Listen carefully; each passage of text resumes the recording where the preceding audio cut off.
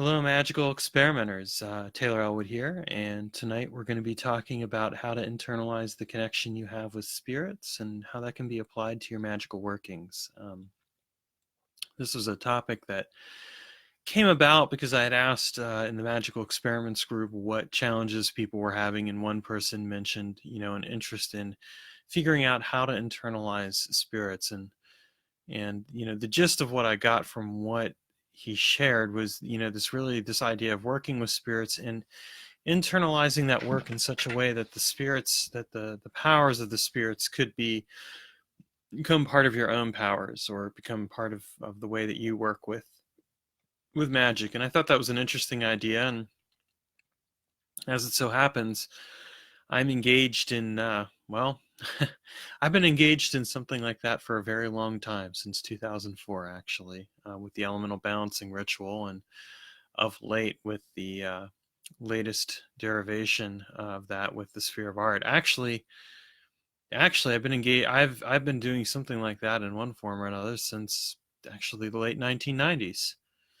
When I think about it, my first, maybe even no, actually, right from the beginning of my magical practice. Okay, I know it sounds like I'm revising things here, but seriously, the very first one of the very first magical workings I ever did involved working with the elemental spirits. And one of the things that I wanted to do was exchange my essence for their essence. Basically, I wanted to be able to tap into their energy, essence, perspective, experience. Okay, yeah, using a lot of different words there, and especially the word energy. I know, because I wrote a blog post about how I don't like that word, and I don't.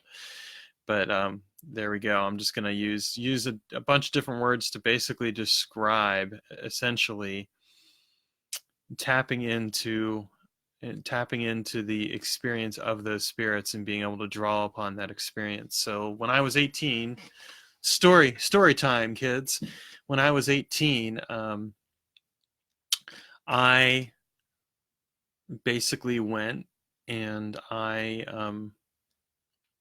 did a working with the spirits, where with the different elements, with the earth element, the air, the fire, the water, and spirit, the classic five, and specifically with the elemental kings and the traditional archangels associated with them. And what I did is I basically said, I want to exchange some of my life essence in return for a connection with you, and to have some of your essence. And so I went, and I had a knife at the time, and I did some blood magic, where I basically cut myself and offered some of my blood in return for some of their essence. Now, I was doing this when I was 18 years old. I was a very foolhardy person. I was also had some self-destructive tendencies at the time, so I had no problem taking risks with myself in ways that I might hesitate now.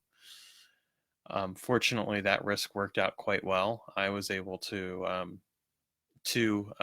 make that connection happen, and I exchanged some of my life essence in return for some of their essence. And what it ended up really doing is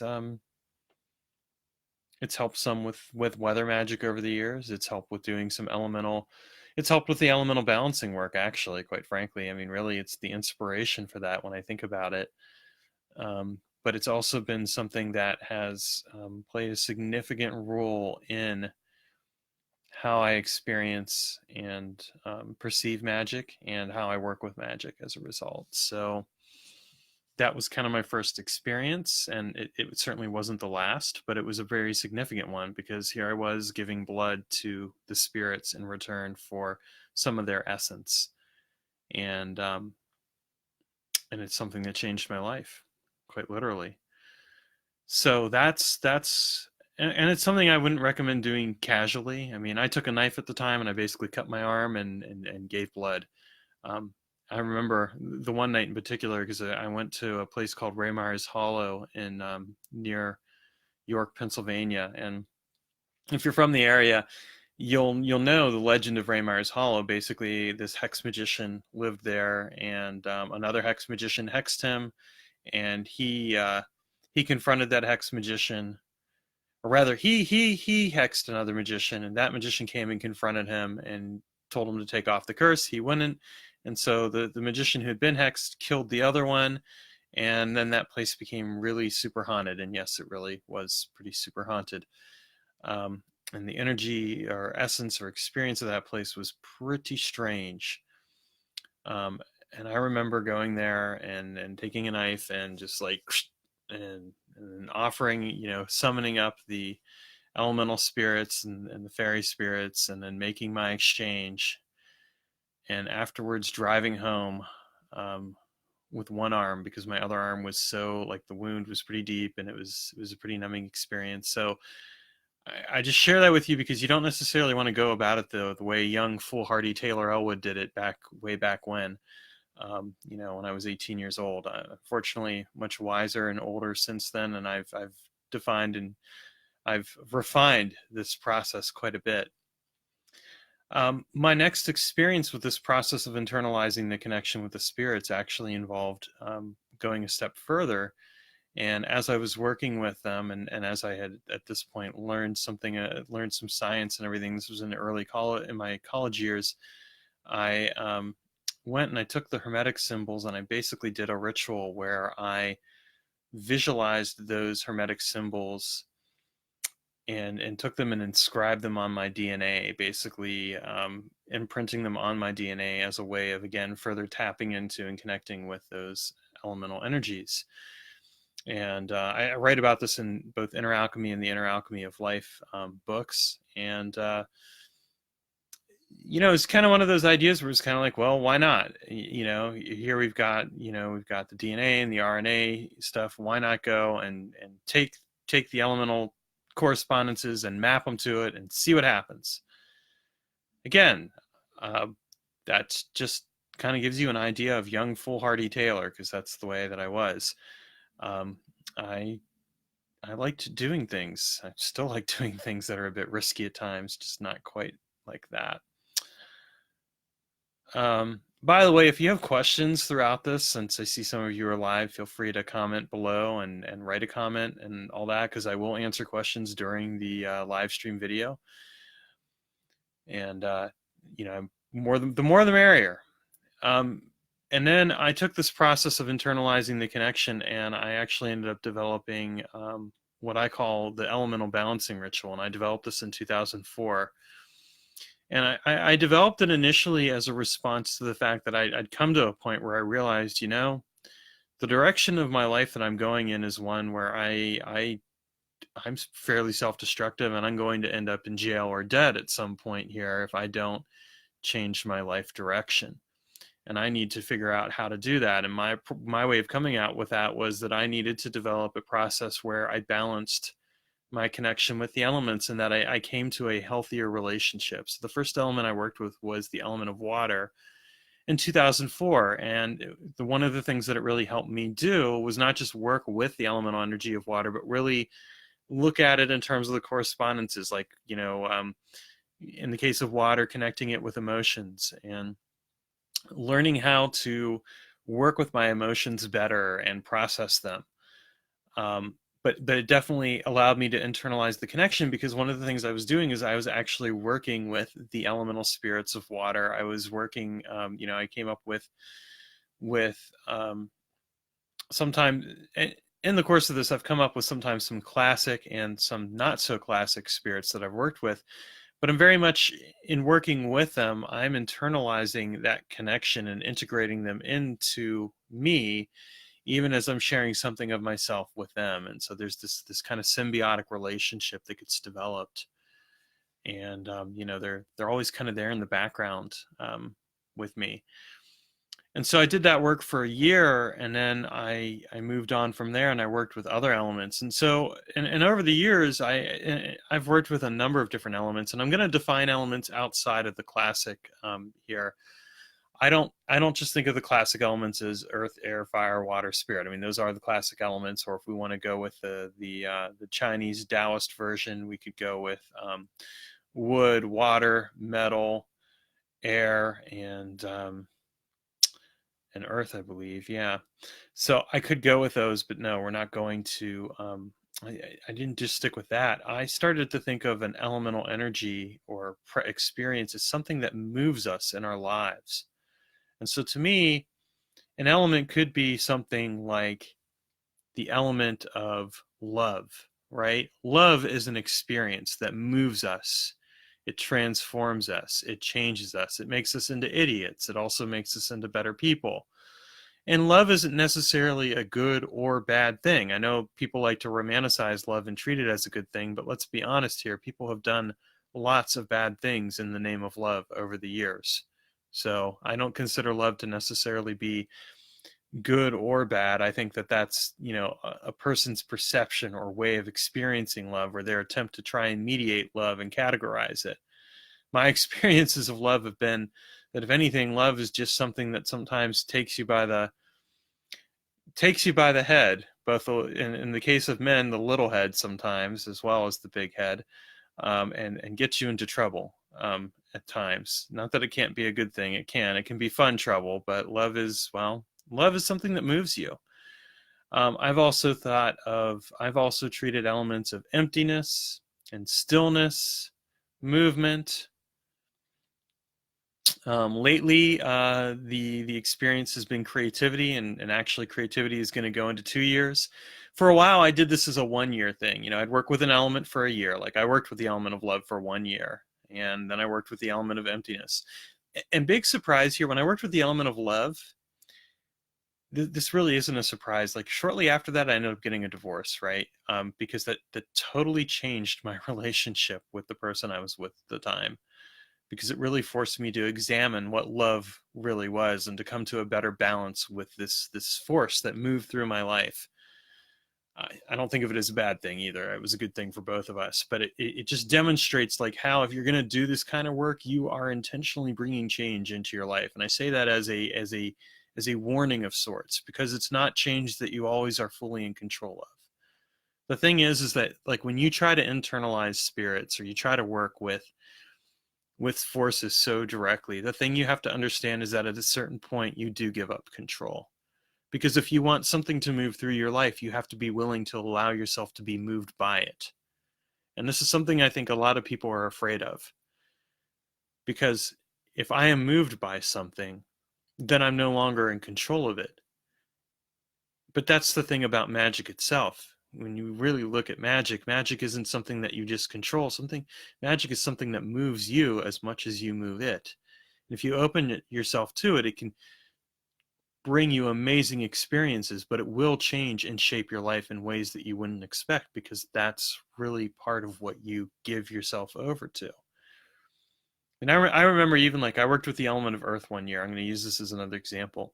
And when I worked with the element of earth, one of the things that really changed was my approach to finances. I didn't go into earth expecting that, but it makes a lot of sense. Earth is very practical. Earth is, and what's contained within the earth, the wealth, right? And things like that. It's also when I found my home in Portland, Oregon. I'd lived up in Seattle, but Portland called to me, and it made sense. And that was the place that Earth said, that's your home. That's where you belong. And I followed it. Now, some people would say that's insane. Why open yourself up to working with something in that way and allow it to move through your life? But that's what internalizing your connection is. If you're gonna work with the spirits, if you're gonna dance with the spirits, if you're gonna dance with magic, you have to be willing to be transformed as much as you allow yourself to transform. You know, you're changing your internal reality as well as your external reality.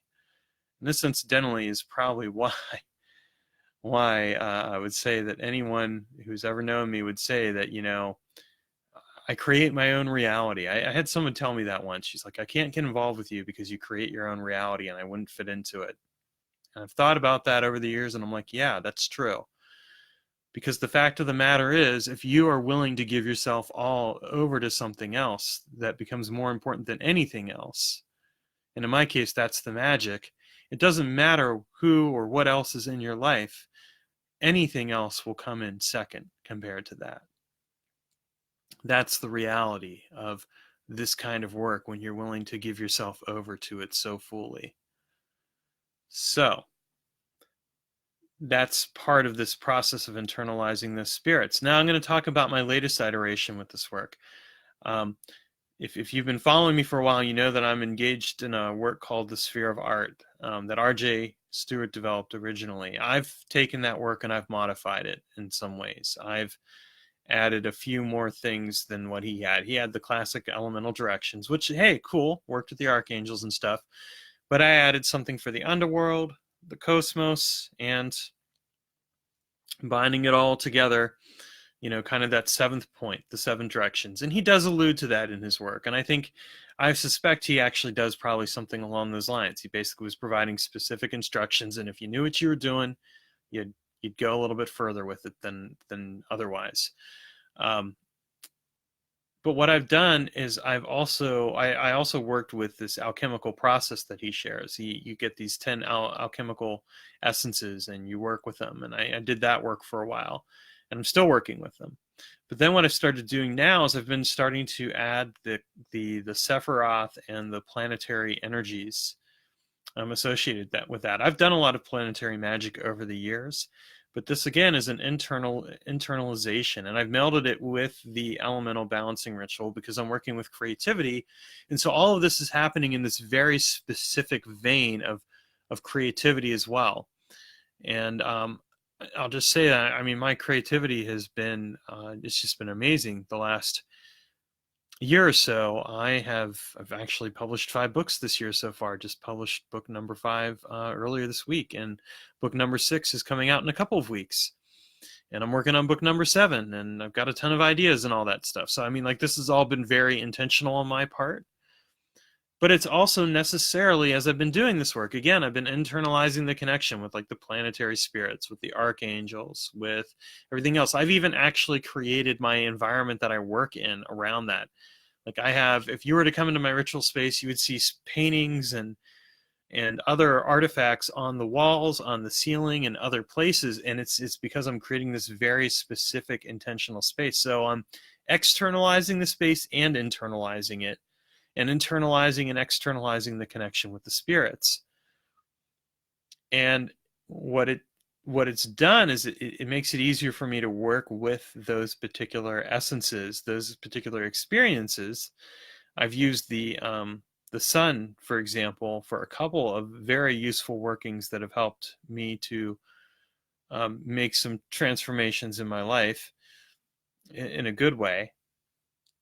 But again, this internalization work has necessarily required me to really kind of ask myself, what am I willing to give to that? Well, in my case, I mean, more so than ever, what I'm really willing to give over to it is the sacrifice of the trivial many in favor of the essential few. In my case, that sacrifice is that I'm really, I've really gotten to the point where the only thing I'm focusing on at this point with my life moving forward is the writing and the magic, as well as any artistic pursuits.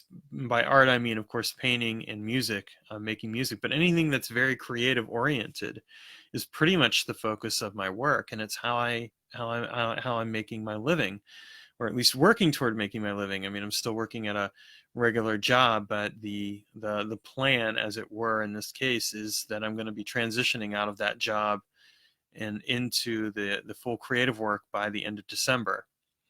So, I mean, even there, I've already created a very specific and intentional focus on where I'm going next with my work.